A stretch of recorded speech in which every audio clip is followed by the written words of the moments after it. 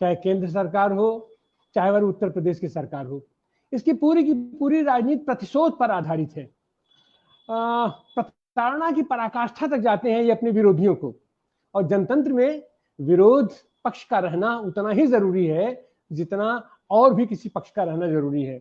अगर विपक्षी नहीं रहेगा तो आप निरंकुश तरीके से आप काम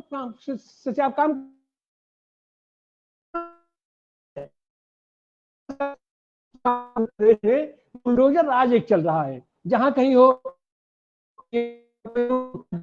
बुलडोजर लगा करके गिरा दो आदमी का मकान, कोई कानूनी प्रक्रिया नहीं, कोई ये शासन प्रशासन नहीं। और उसी तरीके से जो भी आदमी मुखर रूप से आलोचना करता है, समालोचना करता है इस सरकार की, उसको बार बार प्रताड़ित करने का काम किया जाता है। और उसी में कुछ लोगों को तो टारगेट पर कर लिया गया है। अब जैसे एक हमारे यहाँ है आजम खान साहब, इतने बड़े नेता हैं वो, इतने कद्दावर नेता हैं वो, उनकी एक एक बात को सुनना पड़ता है, मन लगा के सुनना पड़ता है, कई बार सुनना पड़ता है। उनके शब्दों का मतलब होता है, उनके वक्तव्य का मतलब होता है। वो आदमी चाहे संसद में खड़ा होते हैं या अपने विधानसभा में खड़ा होते हैं, और सरकार में भी जब वो थे तो उनकी प्रशासनिक क्षमता का लोहा मानता है, पूरा प्रदेश लोहा मानता है, पूरा देश को टारगेट बना लिया है जोगी जी ने, खास करके इस भाजपा सरकार ने। उनका दोष क्या, उनका अपराध क्या है? तो एक ऐसे तबके को जो अशिक्षा का शिकार है, ये गरीबी का शिकार है, भुखमरी का शिकार है, उसको शिक्षित करने की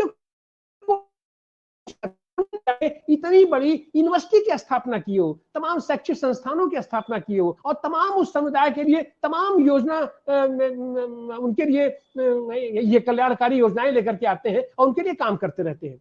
उनको साफ टारगेट बनाया गया और अभी उनको लगातार जेल के अंदर बंद किया गया, उनकी सदस्यता खत्म कराई गई, और हेट स्पीच के मामले में उनको उसी दिन फैसला कराते हैं, उसी दिन उनकी जो सदस्यता रद्द हो जाती है और ये तत्काल उनके सीट पर चुनाव की भी घोषणा हो जाती है। और वही है कि तमाम हेट स्पीच देने वाले लोग जो दुनिया के पैमाने पर जिनकी आलोचना हुई है और हमारे वैदेशिक संबंध खराब हुए हैं, अंतरराष्ट्रीय संबंध खराब हुए हैं, वो लोग आज की तारीख में भी इस सत्ता की आंचल में मुंह छिपाए बैठे हुए हैं। उतना ही नहीं है, तमाम घृणित दुष्कर्म करने वाले लोग, सजा याफ्ता लोग जेलों से बाहर निकाल करके उनका सम्मान कराया जाता है। और हमारा मुख्यमंत्री स्वयं अपने ऊपर से तमाम बड़े बड़े आपराधिक मामलों को स्वयं वापस ले लेता है। ऐसी सरकार जब आजम खान साहब को फिर पुनः ये कल के एमपी एमएलए कोर्ट में